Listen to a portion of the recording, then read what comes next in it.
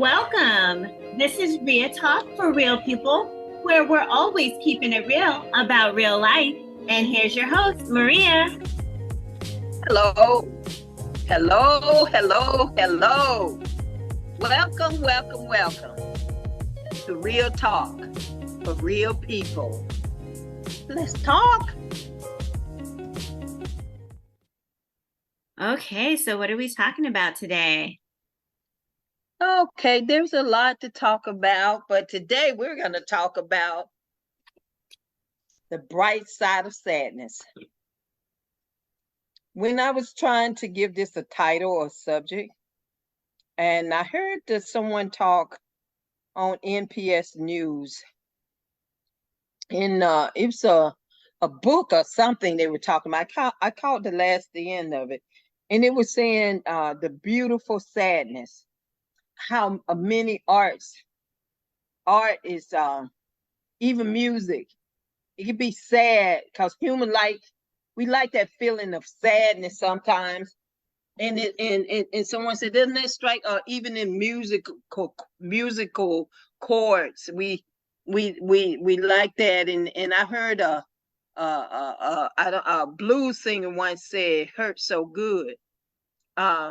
And so before then, I was already wondering about sadness, and I know that sadness is good for you. It's good for you. Like Paul said, it was good for me that I have suffered. And there's another scripture in the Bible that says, the joy of the Lord is your strength. And when you're sad, God comfort us. You know, it says God comfort us. And so this is what we're going to talk about tonight. We're going to talk about the benefits of being sad, or the bright side of sadness. And there's a couple of things I would like to quote, but before I go to these quotes, I would like to see if you have something to say before I hop in here and keep going. Right now, I don't. I'm intrigued about the bright side of sadness. That's interesting. Yes, you know, when you think of sadness, you think of a storm, the rain, the wind. If we wanted to draw a picture of sadness, we wouldn't think of the sunshine. We'd think of rain, storm, stormy weather, clouds, and but there's a bright side to sadness, and the bright side of sadness is what sadness teaches us. The benefits of sadness. Sadness teaches us that we are human. It is one of our instructors to our humanity. There's a scripture, and we love to say this every Easter. Jesus wept. Jesus looked upon the world when he was on a mountain, and he looked out upon the people, I guess, in the cities or in the communities, and Jesus wept because he was moved with compassion. Same thing when Lazarus died. Jesus wept because he was moved with compassion because Lazarus' sisters were so sad, and because Jesus loved them. See, sadness tells us that there's something that we love and we miss it, or we feel that it's about. Sadness help us to either have compassion, to have empathy, or to have our empathy and our compassion to be revealed in that moment. When he said Jesus wept because he was filled with compassion. He could feel like with people like say, I'm an empath, I'm empathetic. It's saying that I feel you, I feel your pain.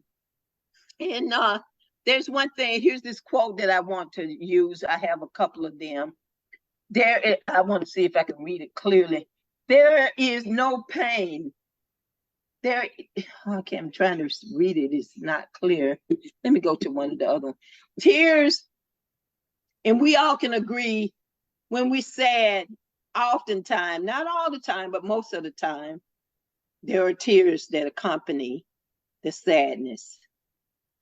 Tears are words the mouth can't say, nor can the heart bear.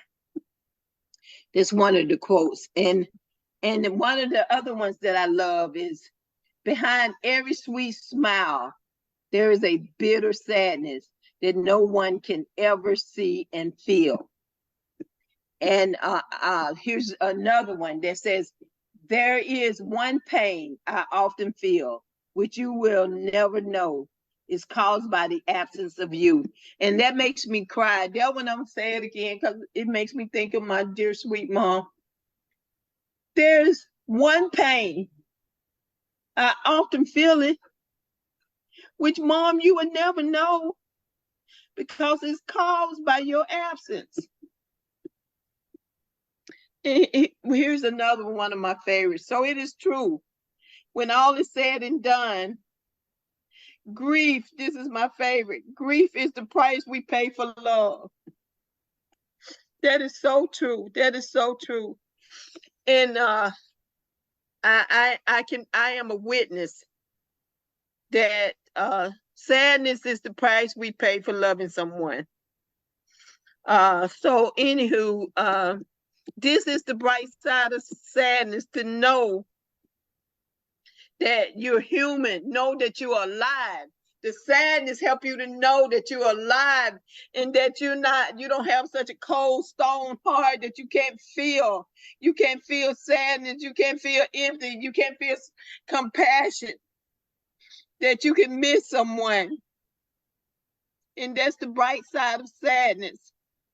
Sadness help us for the future. It prepares us for the future today. Because of the past, like me missing my mom so much, because I have to tell you, there's so many people that I have helped, I've encouraged, I've held their hands when they were going through their sadness. And I've been there for them emotionally, because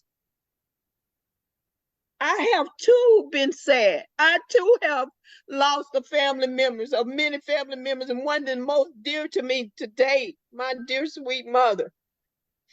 So sadness, the bright side of sadness, is that it helps us to understand others and to have compassion. And in that compassion, it helps us to want to give. It makes me want to give a hand and hold somebody's hand. It makes me want to give someone a hug. It makes me want to let them know this too shall pass. You're going to always miss your mom. You're going to always miss your children. You're going to always miss your dad. You're going to always miss your husband. But you will move on with all those memories.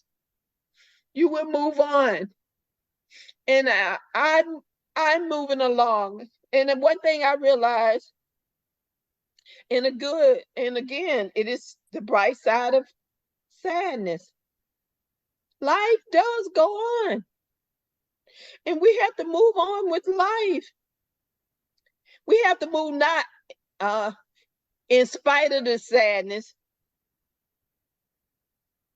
and not because of the sadness. We have to move on because the sadness is with us. It's going to always be with us. And we must carry on. And so that's the bright side of sadness. We learn another lesson. For one thing, too, another bright side of sadness is learning that you are strong. You're stronger than you know. Even with the tears, you are strong. Because guess what? You are here. You are 6 feet on top of the ground instead of 6 feet under. And guess what? You went to work. You fed your children. You helped out with your grandchildren. You encouraged somebody. That's the bright side of sadness. So what say you?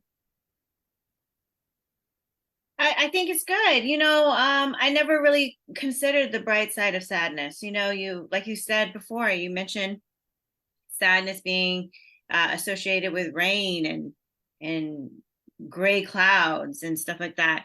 But I agree with you. There's a lot of positive things that come out of being sad and grieving.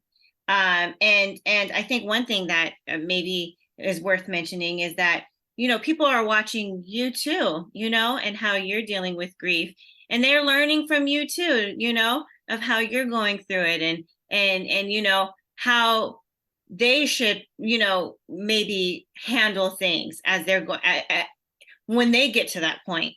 So I think there's a lot of gems in grieving, like you said, the bright side of sadness, that sometimes we don't shed light on those because the sadness takes up the majority of the room, right? The sadness is the main Right. character, but when you think about it and you really stop to think, there are quite a few positive things that come out of it, life-changing positive things. Right. Exactly. Exactly. It is, but there is a bright side. And there's a negative side too, but I don't want to focus on the negative side of sadness because I think we all already know the negative side of sadness. So I'm going to focus on the bright side of sadness.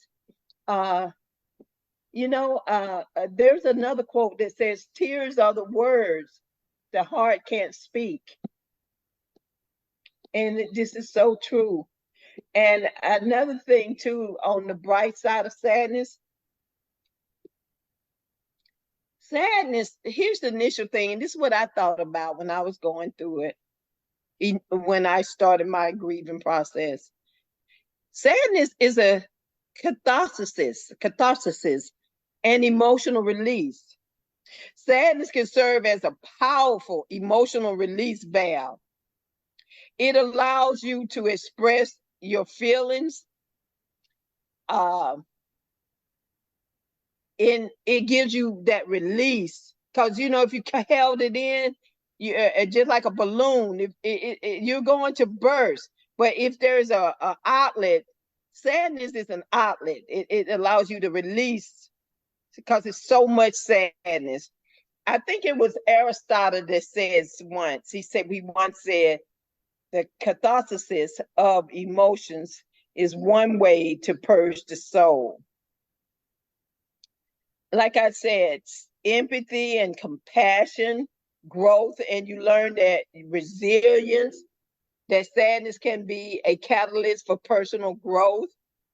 And it serves also to remind you, because sometimes we forget who we are. We get so caught up in our sadness, and you feel society has often related sadness and tears with weakness. But the fact that you're here, like I said, 6 feet on top of the ground versus 6 feet under the ground,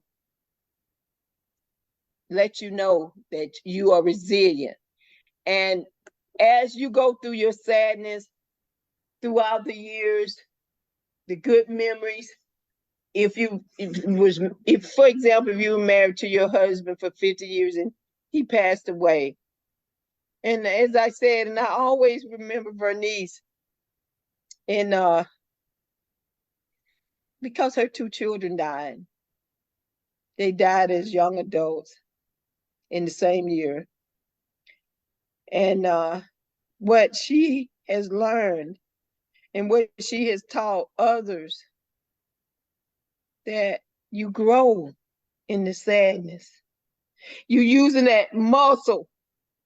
You building up resilience. Every day you wake up and do what you have to do to survive. And not even just to survive, to even thrive. To make yourself, or to allow yourself to smile again, to maybe even laugh again, to even say to yourself, life is worth the living. It is worth living. My husband wanted me to go on, and I have gone on. I'll carry him in my heart to the day I die, to my last breath. I would carry my children in my heart to my last breath.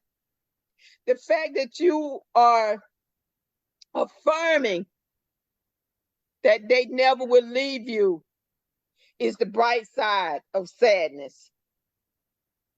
Is the remembering the love and respecting that love by saying it out loud.